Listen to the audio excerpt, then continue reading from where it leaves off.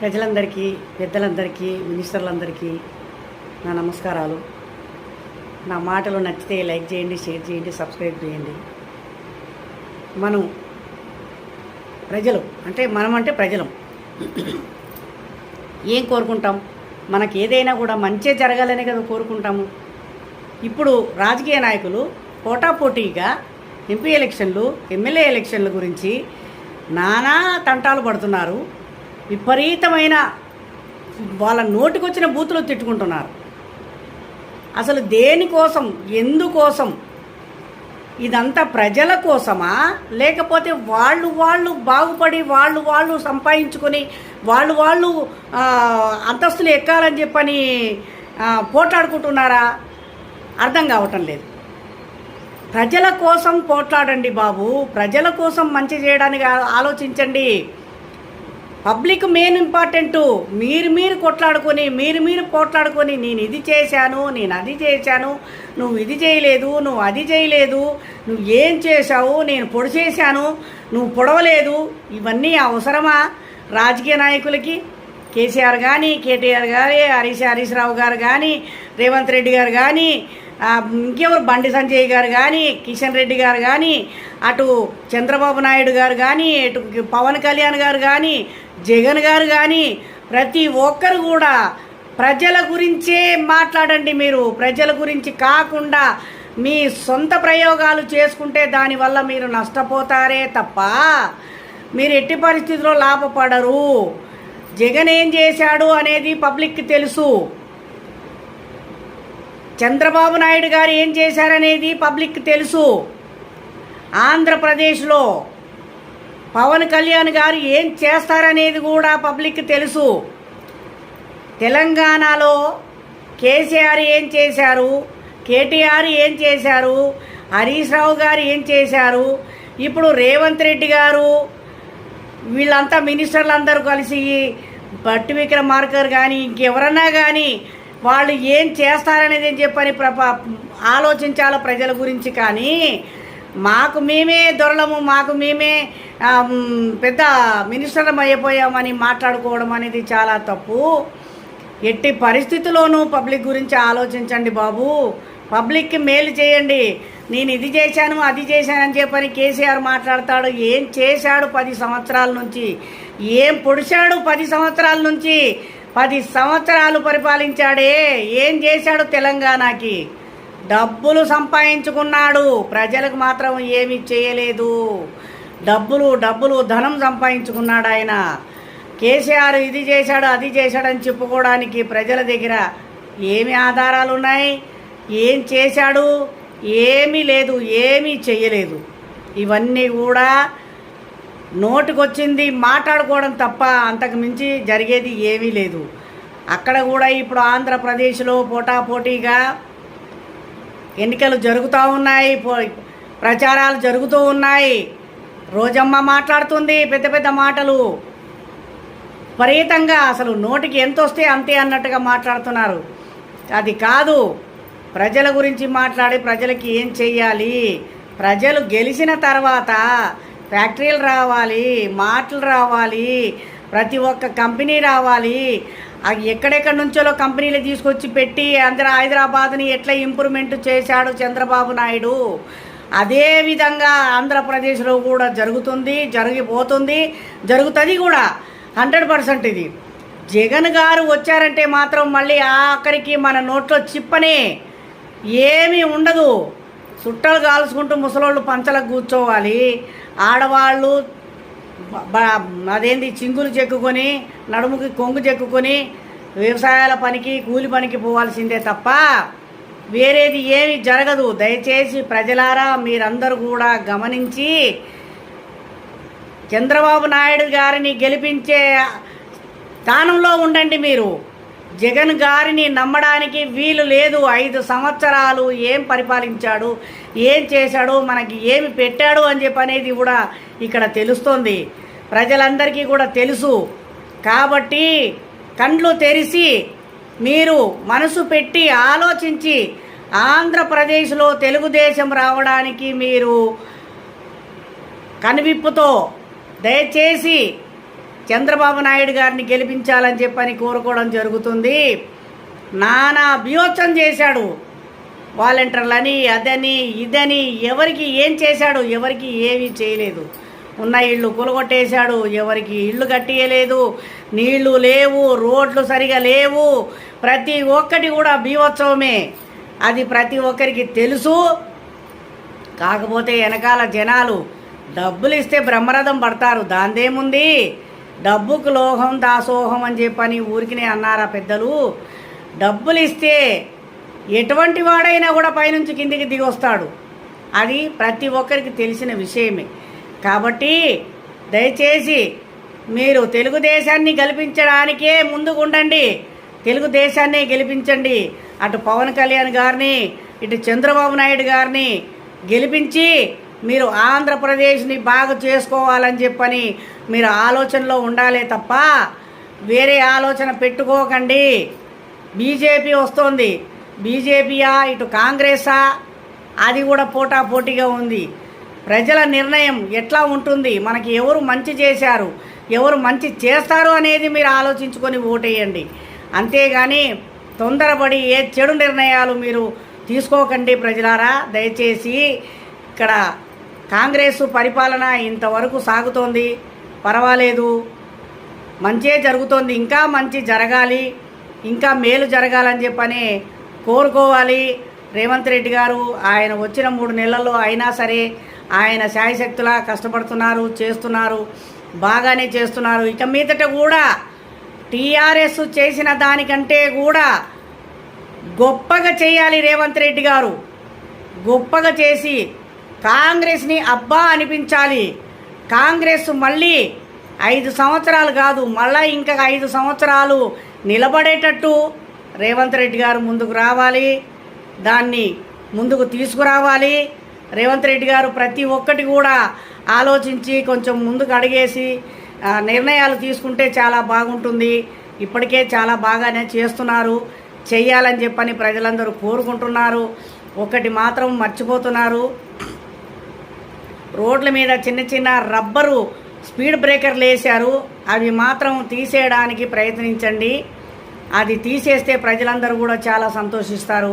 వాటి వల్ల చాలామందికి చాలా రోగాలు వస్తున్నాయి, చాలా స్పాండిలైటిస్ వస్తున్నాయి, నడుము నొప్పులు వస్తున్నాయి, భుజాల నొప్పులు వస్తున్నాయి, చాలా వరకు బండి స్కిడ్లు అయిపోతున్నాయి, యాక్సిడెంట్లు అవుతున్నాయి, చాలా ప్రాబ్లమ్స్ జరుగుతున్నాయి. సార్ దయచేసి మీరు కూడా కొంచెం ఆలోచించి ఈ నిర్ణయం తీసుకొని ఇవి తీసే ప్లాన్ చేయండి. ఈ లోపల వీలైతే నేను సెక్రటరియట్కి వస్తాను, అక్కడ 4 మాటలు మాట్లాడేది ఉంది, మాట్లాడతాను. రేవంత్ రెడ్డి గారు, నేను కాంగ్రెస్లో ఉన్నాను, మీతో నేను దిగిన ఫోటో కూడా ఉంది. మీరు ధర్నాలు చేసినప్పుడల్లా నేను వచ్చి మీతో పాటు కూడా ధర్నాల్లో ఉన్నాను. దయచేసి గమనించి కొంచెం ప్రజలందరినీ కూడా, మాలాంటి వాళ్ళందరినీ కూడా కొంచెం కనువిప్పుతో చూస్తారని చెప్పని కోరుకోవడం జరుగుతుంది.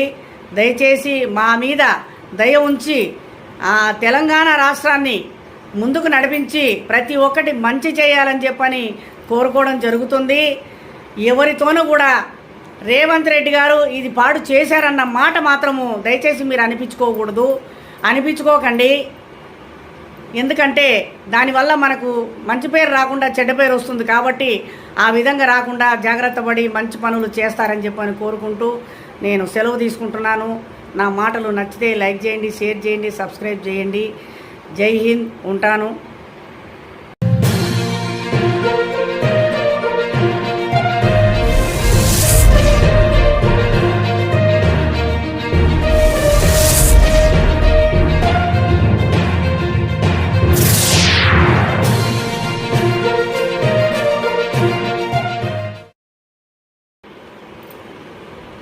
పెద్దలందరికీ, ప్రజలందరికీ నా నమస్కారాలు.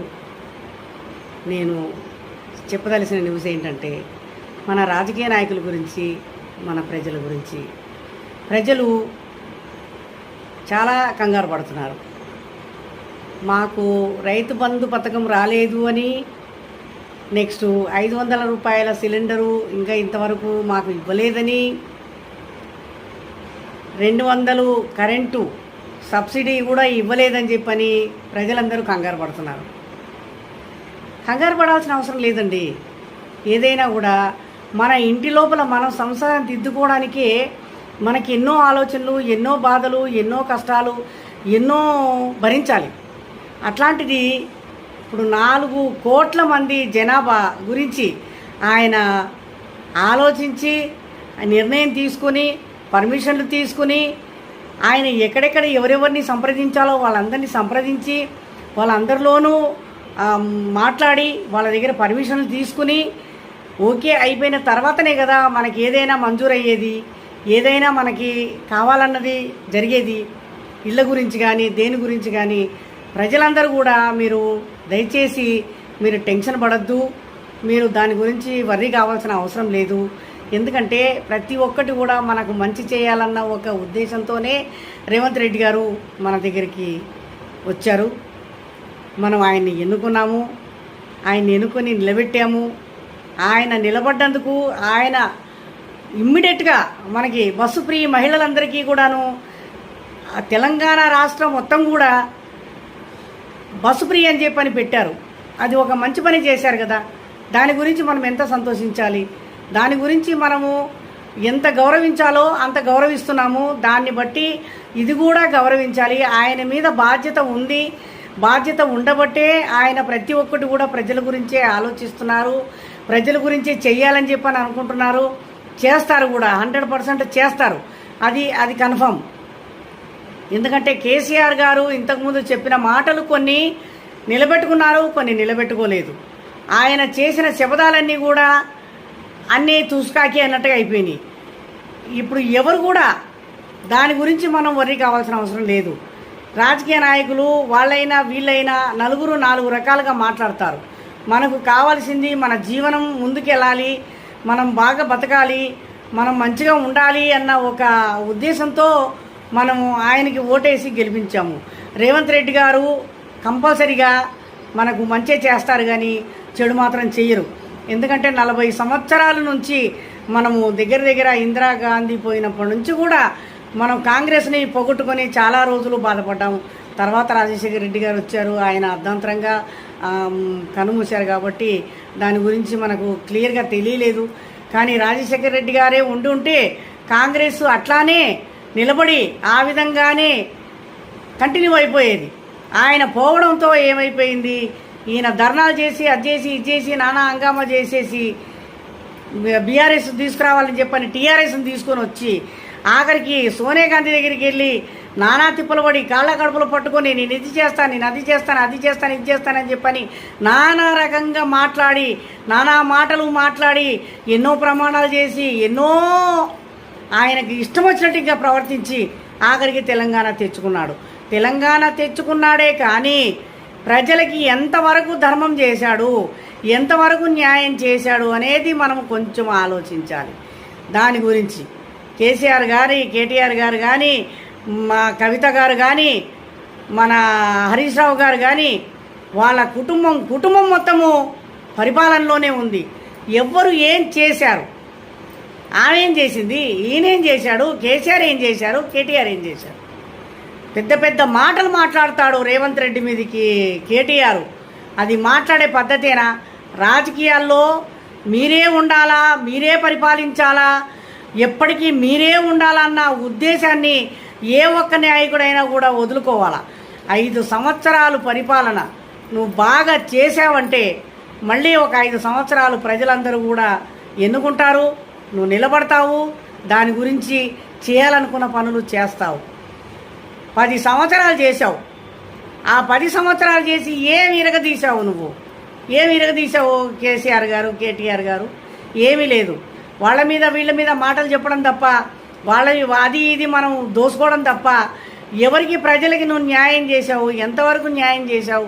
ఎంతవరకు ధర్మం చేశావు? అక్కడ పెట్రోల్ రేటు పెరిగిపోయింది, గ్యాస్ రేటు పెరిగిపోయింది, ప్రతి ఒక్కటి కూడా రోడ్డు మీద చూస్తే ఆ స్పీడ్ బ్రేకర్లు ఆ రోడ్డు రవాణా సంస్థ వాళ్ళ దగ్గర మాట్లాడారో ఏం చేశారో అసలు ఏం జరిగిందో దీని గురించి వెళ్ళి ఒకసారి మాట్లాడాలి, కనుక్కోవాలని అనుకుంటున్నాను. ఆఖరికి రేవంత్ రెడ్డి గారికి లెటర్ కూడా ఇచ్చొచ్చాను నేను. కానీ దాని గురించి ఎవరు పట్టించుకోవటం లేదు, పట్టించుకోలేదు.